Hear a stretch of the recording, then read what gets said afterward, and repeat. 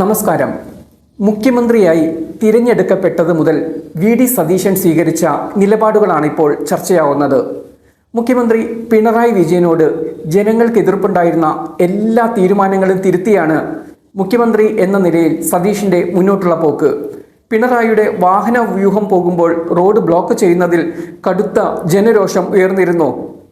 ഇതിൽ ജനങ്ങൾക്കുണ്ടായിരുന്ന എതിർപ്പ് മനസ്സിലാക്കി അതെല്ലാം ഒഴിവാക്കുകയാണ് സതീശൻ ചെയ്യുന്നത്. ഒഴുകുന്ന പോലീസ് എസ്കോർട്ട് വേണ്ട എന്നായിരുന്നു ആദ്യ തീരുമാനം.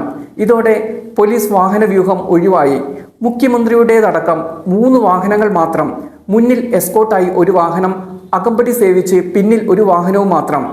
വഴി നീളെ ബ്ലോക്ക് ചെയ്ത് മുഖ്യമന്ത്രിയെ കടത്തിവിടേണ്ട എന്ന് പറഞ്ഞപ്പോൾ മുഖ്യമന്ത്രി വഴിയിൽ കിടക്കാൻ സാധ്യതയുണ്ടെന്ന് DGP രവാഡ ചന്ദ്രശേഖർ ചൂണ്ടിക്കാട്ടിയിരുന്നു. കുറച്ചു വഴിയിൽ കിടന്നാലും കുഴപ്പമില്ലെന്നായിരുന്നു സതീശിൻ്റെ മറുപടി. മുഖ്യമന്ത്രിക്കുള്ള Z+ സുരക്ഷയാണ് ഇപ്പോൾ ഒഴിവാക്കിയത്. പുതിയ മുഖ്യമന്ത്രിയായി ചുമതലയേൽക്കുമ്പോൾ താമസിക്കേണ്ട ക്ലിഫ് ഹൗസ് മൂടി കൂട്ടേണ്ടതില്ലെന്നാണ് സതീശിൻ്റെ തീരുമാനം. അത്യാവശ്യ കാര്യങ്ങൾ പരിശോധിച്ച് വേണ്ട കാര്യങ്ങൾ മാത്രം ചെയ്താൽ മതിയെന്നാണ് നിർദ്ദേശം നൽകിയിരിക്കുന്നത്. ഇതോടെ ലക്ഷങ്ങൾ വേണ്ടിവരുന്ന മൂടിക്കൂട്ടൽ പണിയാണ് ഒഴിവായിരിക്കുന്നത്. പിണറായി ഉപയോഗിച്ചിരുന്ന ജനശ്രദ്ധ പിടിച്ചുപറ്റിയിരുന്ന കറുത്ത ഇന്നോവ കാറുകളും ഒഴിവാക്കും. പകരം വെളുത്ത ഇന്നോവ കാറാകും ഉപയോഗിക്കുക.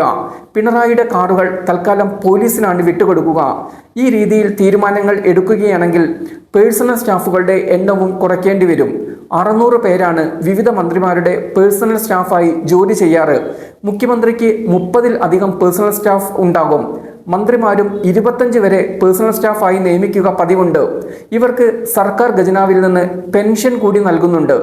ജനപ്രിയ തീരുമാനങ്ങൾ എടുക്കുന്ന കൂട്ടത്തിൽ പേഴ്സണൽ സ്റ്റാഫ് നിയമനങ്ങളും നിയന്ത്രിക്കുമോ എന്ന് അറിയാനുമുണ്ട്.